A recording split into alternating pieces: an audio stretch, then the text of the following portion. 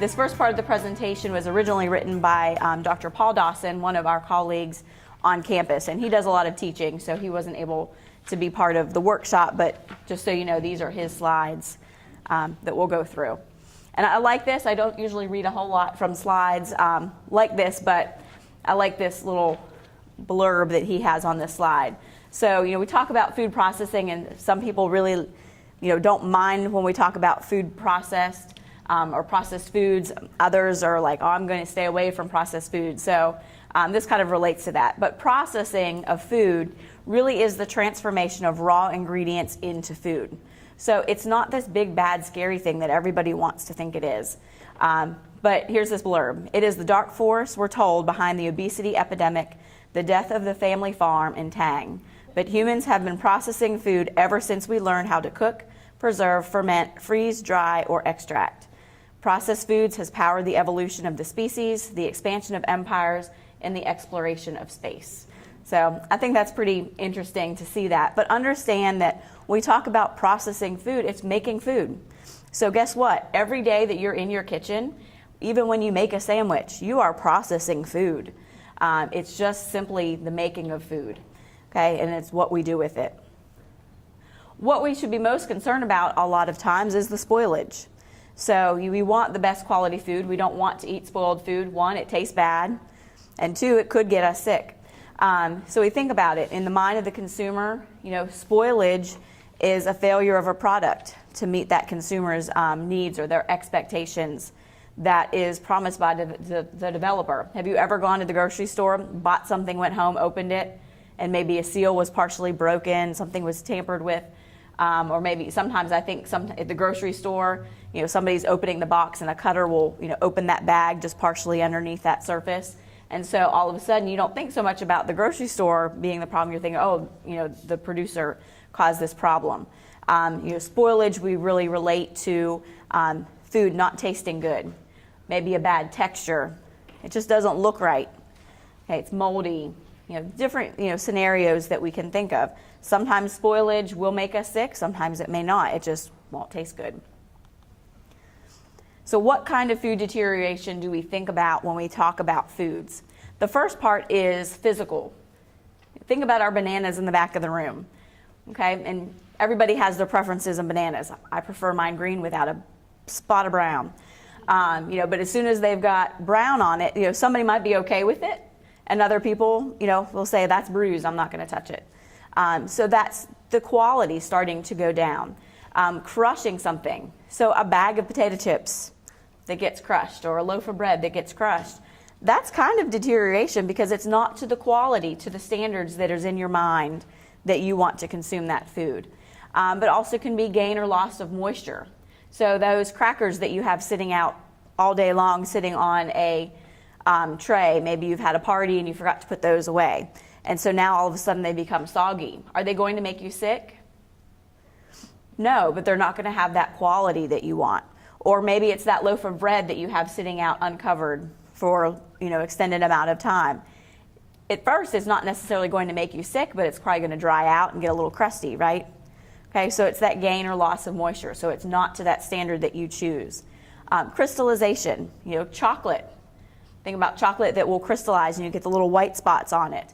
So again, it's not going to make you sick, but it is changing that quality, that appearance, and that look for you. Separation. A lot of you probably are producing salad dressing, so you have that separation. And we understand that, and we know that. We just shake it back up. But there are other times that we have separation. And then just general staling. So a lot of times we think staling with our baked goods. Then there's chemical deterioration. Lipid oxidation. How many of you have ever opened, and this is not a food product, but this is one that always gets me, a tube of chapstick. And you go to put it on, you haven't used it for a while, and you're like, oh, this tastes terrible. It smells terrible. It's become rancid. A lot of our foods that have oils in it, fats in it, will become rancid over time. You haven't used that bottle of canola oil or olive oil that in your pantry, for a while, and all of a sudden you open up and it's got this, terrible smell to it.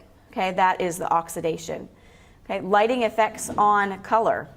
Okay, so what happens to that food product if it is submitted to light for a long period of time? It may cause discoloration of that food product, it may also cause some vitamin loss. We think about milk. Do we ever see milk in clear jugs? No, because we can get oxidation from that, particularly if it's a higher fat milk. We can also get some vitamin loss with that. And then Maillard reactions, that's browning, enzymatic reactions of our foods. And then biological. This is the one I think when we think of spoilage, automatically we're thinking, okay, spoilage, spoiled food's going to make us sick. So our bacteria, our yeast, our molds, parasites, even rodents that are carrying types of bacteria that could make us sick, and then enzymes. So what are the characteristics of spoilage? And I promise I won't test you on any of these. This is just to help you kind of understand where we come from when we talk about spoilage. High-fat foods, as I already mentioned already, they become rancid most often. And this is produced by the breakdown of the chemical components within those foods that create ketones and aldehydes. And those ketones and aldehydes are what gives us that off taste and that off odor. High protein foods give us kind of that putrid smell. Think of our meat sitting in the refrigerator for too long and we open it up and we're like, oh, this smells terrible. So it has that like ammonia, that fishy smell. And those are amines, those proteins breaking down. And then high carbohydrate foods, they kind of have that sour smell, almost a fermented type smell, and those are acids that are coming out. So the principle of preservation is controlling or delaying all three of those characteristics, the biological, the chemical, and physical areas of spoilage, to provide a shelf life window. So how can we make sure that those characteristics of spoilage don't occur within a reasonable amount of time to be able to produce that food and sell that food, have that consumer purchase it and eat it? So how do we do this? What are our major methods to preserve our foods? And a lot of times we don't even think about these characteristics because we just automatically think, well, this is what we're going to do with this food product. That's our natural process of producing it, cooking it, preparing it.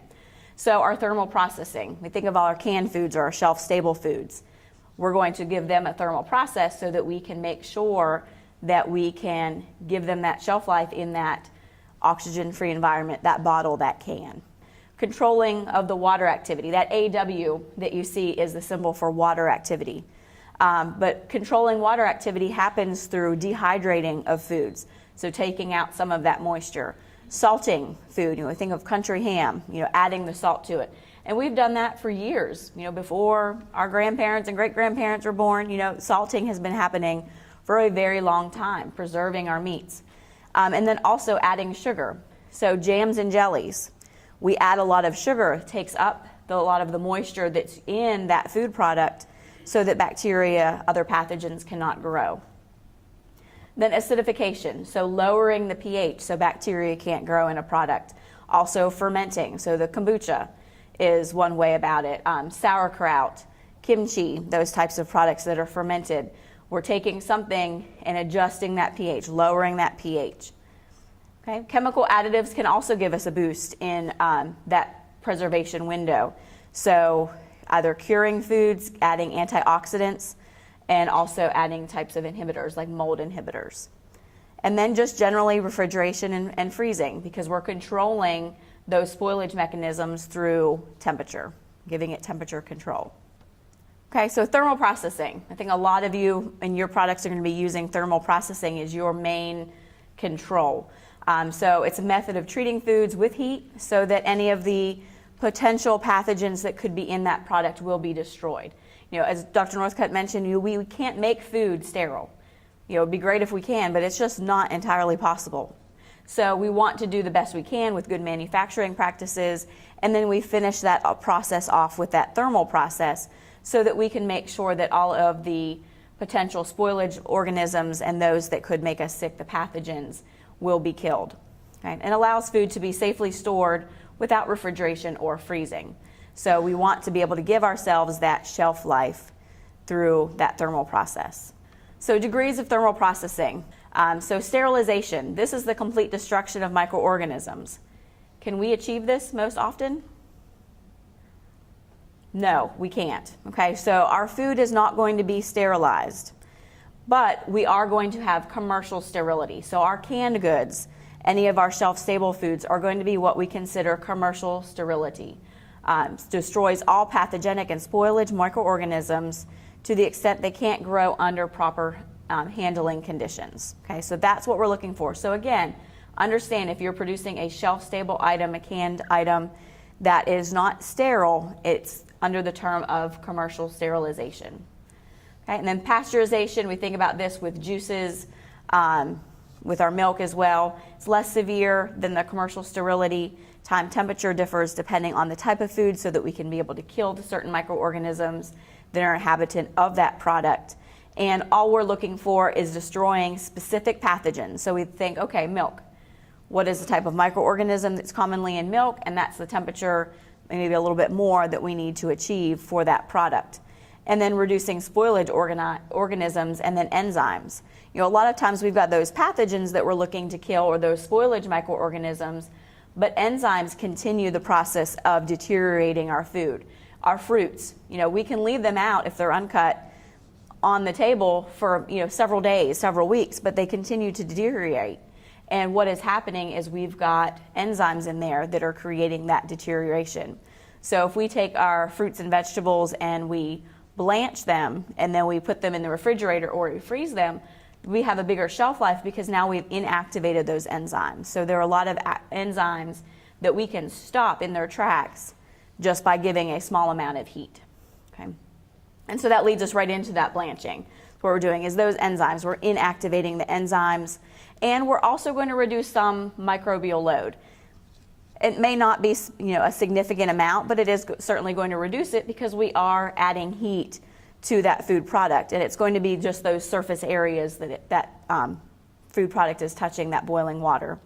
Thermal processing for commercial sterility. So again, if you're producing a canned product or a, you know, shelf-stable bottled item, you know, what is the main thing we're looking at here? It's that Clostridium botulinum. You know, botulism, it grows in a oxygen-free environment. That's what it likes. So that's our main target organism that we look at. So what we want to do is make sure that all of the processes that we follow in that is making sure that Clostridium botulinum cannot grow. So what are those conditions? We want to make sure that the pH of that product is less than 4.6 because Clostridium botulinum does not like a pH that's much greater than 4.6. Or it doesn't like less than 4.6. It'll grow much better, much faster, greater than 4.6. The aerobic environment. You know, Clostridium botulinum grows in oxygen-free environments. So we take that oxygen out, they're going to grow much faster. Refrigeration. Refrigeration is going to inhibit the growth of Clostridium botulinum. So, you know, we can refrigerate our food, or again, we're going to heat it up to that commercial sterility point. Dehydration. You know, they like some moisture, just like we all do. So if we take out moisture, then Clostridium botulinum will not grow. And then some chemicals can inhibit the growth of it, is nitrites. Water activity, how do we control water activity? Water activity is not necessarily related to the amount of moisture in a food. Okay, what water activity is the amount of moisture within that product that is available for bacteria to grow. So let's think about a jam and jelly. We think of a jam and jelly, it's scoopable. Does it look moist to you? Yes, it does. But because we have so much sugar content in that product, it is basically binding, the water is bound to that sugar as well as some, you know, acid and some other components to actually make the gel. But therefore, there's not enough water available that's free for the bacteria to use as their nutrition that they need to be able to grow. So we're adjusting that there, okay? So most often we're going to use water activity to determine if a baked good or a dried food can be stored safely without refrigeration. So if you've got a baked item or something that is high in sugar, then that's when we're going to apply water activity testing for that product. Water activity is measured on a scale of 0 to 10. So then that equates of like 1.0 means it's 100% water available. So what do you think would be 100% water? Water. Okay, so if we just think of water itself, you know, it is available because there's no salt, there's no sugar, there's no other ingredients in there to bind up that water, and so it's completely available for microorganisms, pathogens to grow. If we get a reading from our machine of 0.9, that means that there's 90% of water available, so that's still pretty high. Microorganisms don't grow when the water activity is less than 0.85, so that's kind of our criteria number. Just like we look at pH, which we'll talk about, and our criteria number for that is 4.6. 0.85 is the significant number for most pathogens not to grow. Now, if we get down to 0.6, then we're actually inhibiting a lot more like molds and things like that. So like our spices, we'll often see a little bit closer to 0.6. But again, that cutoff number is the 0.85 that we look for if we're doing water activity testing. So we've mentioned this a little bit already. How do we control water activity? So if you have a product that we look at water activity with, dehydration, so removing some of that excess water. Again, some of that water is bound to some of the other components, salt and sugars, etc., in that food product. So we can dry a food all we want.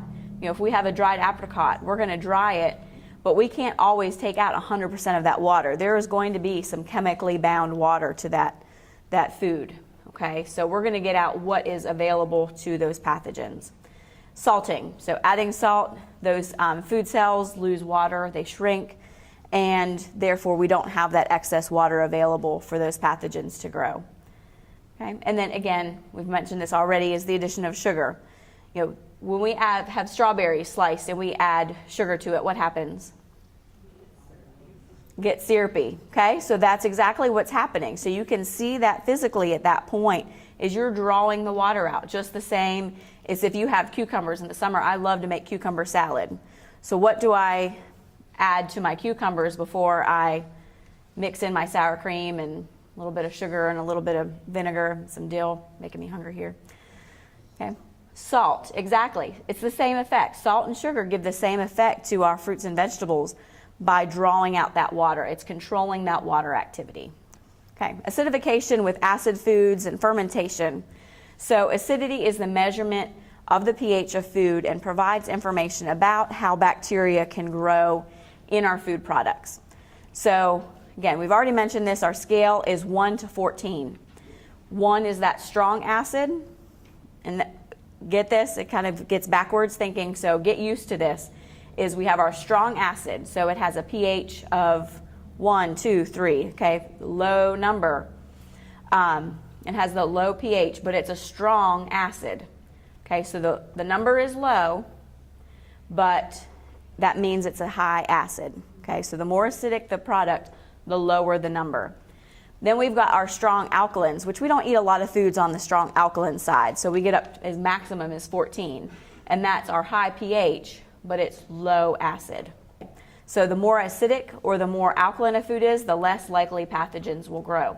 Same thing with us. Now, granted, humans like a little bit of acidic food, but if we get really down to, the 1s and the 14s, those extremes, that food is not going to taste good to us. It's the same thing with bacteria. The more neutral, the more towards the center that pH is, the more that those pathogens are going to say, hey, this tastes good, let's grow.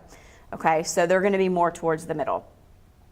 Again, that's that neutral pH range. Foods with a pH greater than 4.6 can be acidified or fermented to lower their pH levels to that safe range of 4.6, where we're looking at Clostridium botulinum and its availability to grow. Federal and state food regulations requires shelf-stable products that do not require refrigeration to have a water activity of less than 0.85 and a pH of less than 4.6. Chemical additives, these are antimicrobials that help preserve food by inhibiting the growth of pathogens. Again, remember that in this point they're inhibiting the growth, they're not killing them. So you still have to follow other processing procedures, good manufacturing practices, any thermal process that's needed for that product. We're just helping to extend that shelf life.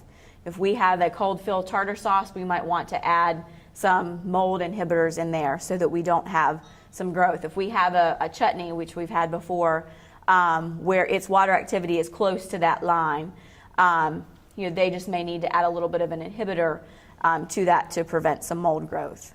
Okay. And again, it's often used as part of a hurdle technology to create layers of safety in that product. Just that one thing more for those pathogens to jump to keep that food safe and within that shelf life range.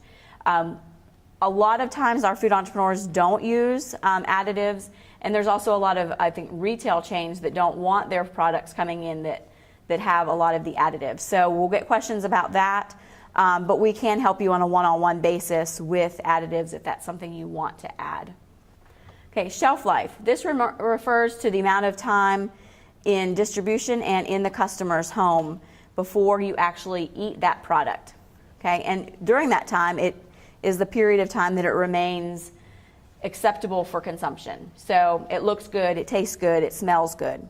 Okay, so we need to think about a shelf life of not just making it and getting it to the grocery store, but how much time once the grocery store gets it on their shelves do you have for that consumer to come along and purchase that food, and then does that consumer only have 1 or 2 days to get home and eat that, or do they have a couple more days, a couple weeks?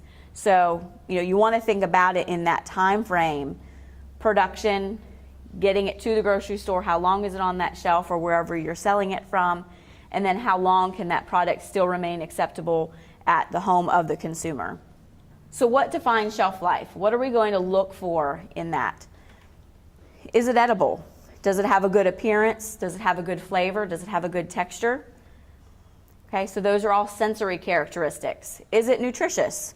So what are the nutritional components? Are we going to lose any nutritional value over that period of time? And then toxological. Is it safe for us to eat? Okay, is there anything going on that's toxic substance that's happening over that period of time? Okay, so principles of preservation, it's similar. We think about controlling or delaying biological, chemical, physical changes to that food. It's kind of what we've already talked about. That makes our shelf life window. So our classification for shelf lives of food are highly perishable foods. We can probably already name these without even looking at the slide. These are foods that are measured in just the matter of days. Meat, we know is going to last just a couple days, unless we freeze it. And then fresh produce, again, depending on what type it is. Our semi-perishable foods are foods that we can then measure in week increments. So our cheeses, some of our preserved meat products like ham, and some baked foods will last into that. Now again, you think about baked foods, they might still be good, but we might start losing some of that quality from staling somewhere between that highly perishable and semi-perishable mark. And then our highly stable foods, that's where we can measure months, years into advance with that shelf life. Pastas, because they're dried. Breakfast cereals, we might lose quality depending on how we hold it. Are we really folding down that inner bag in that cardboard box? We live in a humid environment, so that can change. But especially if it's not opened, it can last, months. You might even maybe make years out of it. Some confectionery products, jams, jellies, canned foods, and such. As the shelf life of a food increases, the cause of instability changes from the biological to the physical and chemical. Okay, so the longer it sits around, we're going to have some different changes to it. I think about it as I've got some canned food products that I purchased when I started Food to Market going on 4 years ago, that I wanted to take some pictures with. And you actually see pictures in this presentation of some jarred foods that I took labels off of so we could have pictures of pickles and hot sauces and barbecue sauce to use for our website and such. And I still have those products sitting on a shelf in my office, 4 years later. Probably they're safe to eat, but a lot of them have discolored greatly. I know one of the hot sauces, it's nice and bright red on the bottom, but as you go up the narrow neck of the bottle, it's become very pale. So, you see those changes very evident over time. So, we're looking at a lot of those physical changes. Some chemical changes are probably happening as well in those bottles. Exposure to light, so they don't sit right in the sun most of the time because I have a blind in front of it. So it's only open when I get to be in the office and the blind is wide open. But that exposure to light is causing issues to those products. Oxygen and moisture can be detrimental to some products as well. So what's happening with that influx, depending on how it's packaged. So that brings us to shelf life and code dates. Okay, these are based on our quality factors. Again, sometimes it's not the biological issue that we're worried about, but when is that food product going to start to taste bad? When is it going to start to look bad? So our shelf life may be based more on that quality versus a biological issue. Okay, common manufacturing dates, and these can get confusing because they're so similar. So again, you have all this information in your book and also in your PowerPoint presentations. But if we have a pack date, that means the date of manufacture. So as the processor, if you use a pack date, then that is the date that you produce it. If you have a sell-by date on a product, that is the last date that the product should be sold at the grocery store or that retail market. Okay, so you still want time available for that consumer to be able to take it home and consume that product. Best if used by is then more for that consumer, refers to the maximal quality. So if we have a best by, that's the best date to use on your product for the consumer, so they know, okay, I have until X date to consume this food, or it may start to lose some quality. And the use by or expiration date, product is no longer acceptable after that date issued. Infant formula, baby formula, we're going to talk about some food commodities that have very specific information with their dates. These usually have a use by or an expiration date, and the USDA requires it because of the nutritional value. We need to make sure that all baby food has the same nutritional value from the date of manufacturer to that use by date. So we want to make sure that a mom goes and buys baby formula and buys it in bulk. So the first day she provides it to the baby to the last day of maybe the end of that case, it's still giving that same nutrition as long as she's within that window of dates. Milk usually carries a sell-by date. This is because it's affected by many things in the environment. Again, light, temperature certainly can also cause issues. So we see those usually in our opaque or our paperboard type containers. And so we want it to be stored around 37 degrees.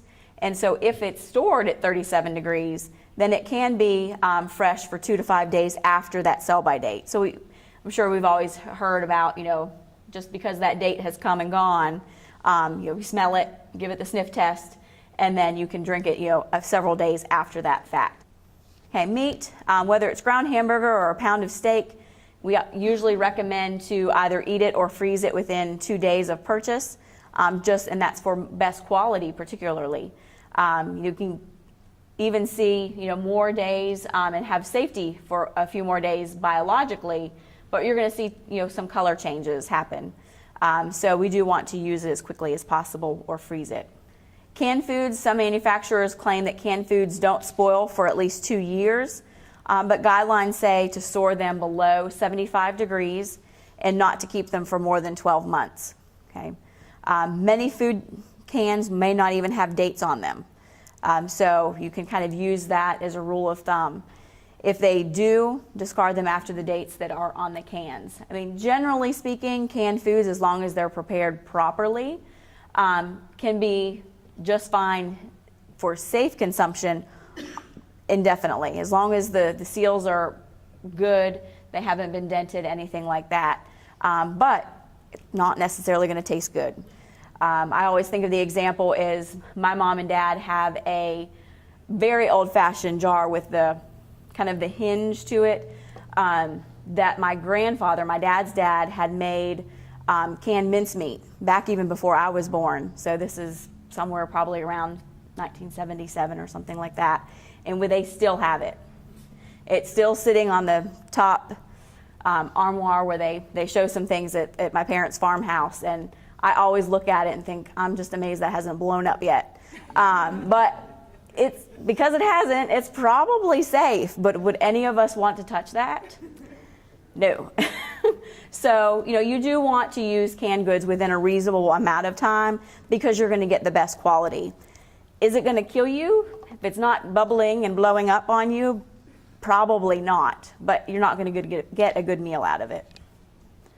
Okay, cake mix, pastas, other products like that. As long as they're stored long-term in a cool, dry place, then they can last 6 months from the date of purchase.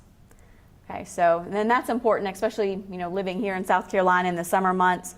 Some of these dried products, as long as we have them in a cool place, they'll be okay. Now, hot kitchen that gets up into 85 degrees in their storage area, that's going to certainly reduce that amount of shelf life.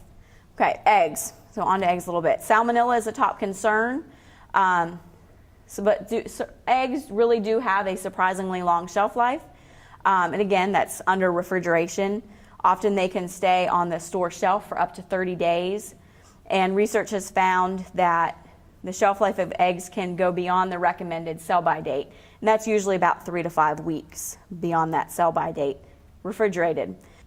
Okay, got to include some beer in here too. Everybody likes their beer every once in a while because beer carries a freshness date. So in the brewing industry, we usually indicate when that beer was bottled or the date for which the beer should be consumed for best quality. Beer is perishable, so a lot of people may not think about that, and can be affected by air, by light, and the action of bacteria that may be in that beer, depending on how it's brewed. So you might not necessarily get sick from it, but it may not taste as good if you go beyond those dates. Okay, so how do we maximize our shelf life of our foods? And a lot of this we've already talked about, preventing any type of deterioration that is caused by microbial growth. So, do we need a thermal process, or what are those aspects that we need to do to stop that microbial growth? How do we prevent enzymatic activity that might be occurring in our product? So maybe a little bit of a heat process. Preventing oxidation. So is that having to do with our packaging and making sure that we don't have light getting into our package? Preventing any kind of color deterioration. So again, how are we going to do that? Does it have to do with a thermal process and keep preserving that color? Again, does it have to do with packaging so that our light doesn't get in and change that color? Preventing textural changes in the product. Because again, spoilage is not just when it makes us sick, but it's also the appetizing qualities for that consumer. So, is it starting to get hard? Is it starting to get soft? So how do we prevent that? And then preventing any kind of flavor change or deterioration. So other factors that help maximize our shelf life of our products, of course, government compliance, following all the rules and regulations. A lot of times that is based on food safety, but it is also going to help us maximize the quality of that product. Following good manufacturing practices is going to help us maximize shelf life. Of course, it's going to be mostly related to our microbiological contamination, but we have less of it. Our food's going to be safe, and we're going to get maximum shelf life that we can with that particular product. Process monitoring can help. And then thorough understanding of our potentially hazardous foods. What needs refrigeration? What doesn't? How do we produce that to maximize the shelf life? Okay, government compliance in relation. The U.S. Food and Drug and Cosmetic laws are intended to assure that the consumer that foods are pure, wholesome, and safe to eat. We've talked about that already. We certainly want our foods to be produced under sanitary conditions so that we know that they are safe. Drugs, medical devices are also safe and effective under the FDA. Same thing for cosmetics. We're not consuming cosmetics, but they are regulated under FDA, so they also need to be safe, made from appropriate ingredients since we put them on our skin. And then making sure that all labeling is truthful, informative, and not deceptive. So all that kind of goes along with that. We've talked a lot about good manufacturing practices, and I think Dr. Northcutt's already talked about it, and I'm sure it's going to come up again. So just a quick review here. The United States has one of the safest food supplies of any of the countries in the world. FDA's GMPs incorporates water activity guidelines and in defining food safety regulations. They define that Clostridium botulinum level with the pH in the 4.6. So, we look at that and we think of all of our regulations and our good manufacturing practices. And sometimes it may seem overwhelming, but there's a reason that they're there. So process monitoring, again, we've talked about this a little bit already, but it's that HACCP and preventive controls. So making sure that as we produce that food, it goes along that flow of food through production to make sure it stays safe. And that's going to give us not only a safe product, but maximize that shelf life potential. Okay. An example is, a target water activity that we need to make sure we establish with the food, and every time we produce it, we need to make sure we target that same water activity level or very similar. So that leads us into potentially hazardous foods. So foods were considered non-potentially hazardous when their water activity was less than 0.85. Okay? And that's particularly targeting Staphylococcus aureus, which Dr. Northcutt mentioned. Our postnasal drip can be an issue with that. And then our growth and toxin production of Clostridium botulinum, so we target a pH of 4.6 at that point.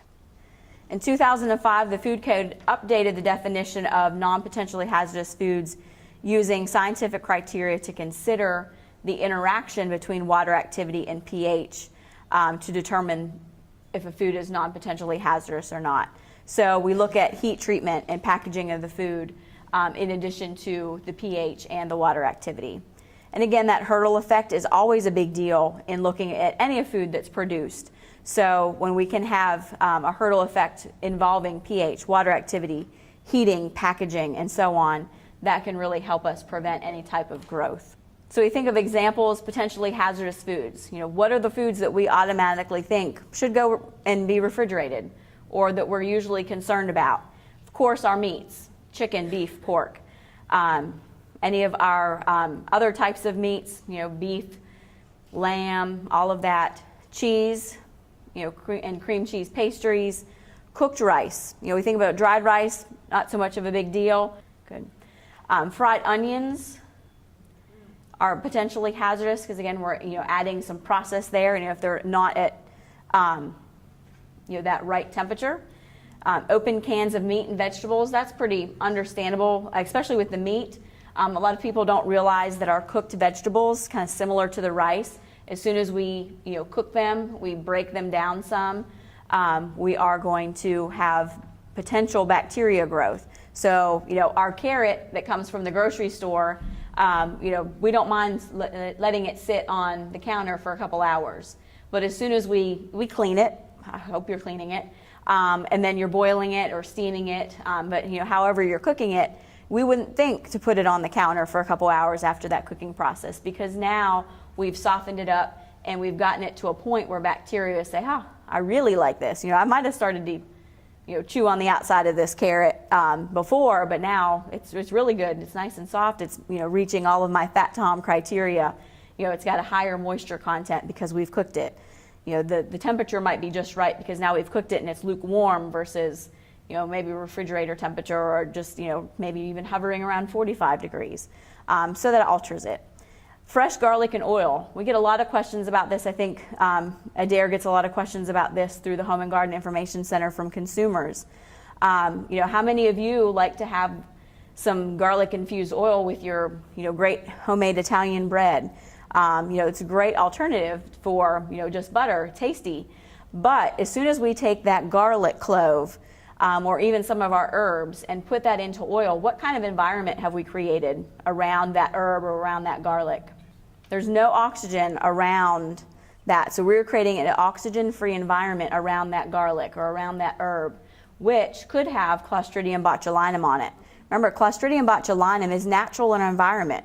If we go to our garden and pull out a bulb of garlic, it's naturally going to have some Clostridium botulinum on there. So what happens is if we take that garlic, pop it into the oil, and now we have an oxygen-free environment. What does Clostridium botulinum like? An oxygen-free environment. But also garlic has moisture, it has nutrients, it has the right acidity for that pathogen to grow. Okay, so that changes it. So we have to think about it. Gravy we have found to be potentially hazardous because it meets all that criteria of Fat Tom. Dry soup with water added, that makes sense. We've had something that's dry, low water activity. We've now reconstituted it with water. And tofu. Okay. Non-potentially hazardous foods, beef jerky. We've lowered the water activity. Bread, uncooked rice, raw onions, uncooked beans, cooking oil, fresh garlic. So we're looking at those two separate ingredients, but as soon as we mix them, bam, we've got an issue. Powdered eggs because they're dried. Flour, and just the dry soup mix itself. Unopened cans that are not marked refrigerated. So shelf life testing and selection criteria, again, this is just a quick overview. Dr. Whiteside, as I mentioned before, wave your hand, Dr. Whiteside. He is our shelf life expert, so if you come to me and ask about shelf life testing, I'll give you a quick little synopsis and then direct you on to him if that's something that you want to do for the full shelf life testing. So what does he do when he does that shelf life testing? And it's going to be determined product to product. So, it's not like a pH test is a pH test for the most part, or water activity. It is really looking at what your product is, what is, its components, how are you planning to sell it, and determining the certain tests that are needed to be able to then effectively determine that shelf life. Okay, so it's going to change person to person, which again is why we can't just say this is what a shelf life test is. Every type of product changes. So what are they going to do? There might be assessing abuse. So you actually may want to abuse your product to determine how much abuse it can take. That means temperature changes. So putting it in a hot, humid environment and kind of seeing how long that's going to be able to take that abuse. Is that abuse going to happen during warehouse, transport, arrival at the store? Is it in a truck that's at 90 degrees for 8 hours, shipping somewhere from location to location A to B? Is it going to be in a vending machine? So what kind of abuse could a vending machine provide? So we need to accommodate that in the test. Any type of vibration that you might have during shipping, is that going to cause a fragile cookie to fall apart? So you might need to account for that so that you know how to package it properly. Exposure to extreme moisture, extent of exposure to light, and then the degree of potential damage to the packaging itself. Shelf life testing methods, we have static tests. These are product is stored under a given set of environmental conditions that have been selected as the representative environment. Accelerated tests, where the product is stored under a range of environmental conditions, usually like a higher temperature. And so you can see then mathematically how long that shelf life will last. And then those use and abuse tests. So the product is cycled through environmental variables. So I think like Clemson, they have something that actually you put the food product on and it actually vibrates like the truck does, and sees how it handles in the packaging and how does it hold together itself. So there's a lot of different things that it can go through. And again, that's why every product gets a different type of shelf life testing, because it's all different. So we do mathematical modeling. So that way you can use computer hardware and software programs to help you track, see these changes in small increments of time, but then extrapolate that information to then say, okay, this is what's happening in these accelerated temperatures in these 2, 3, 6, 8 week period of time, and we can then extrapolate that for a longer period of time.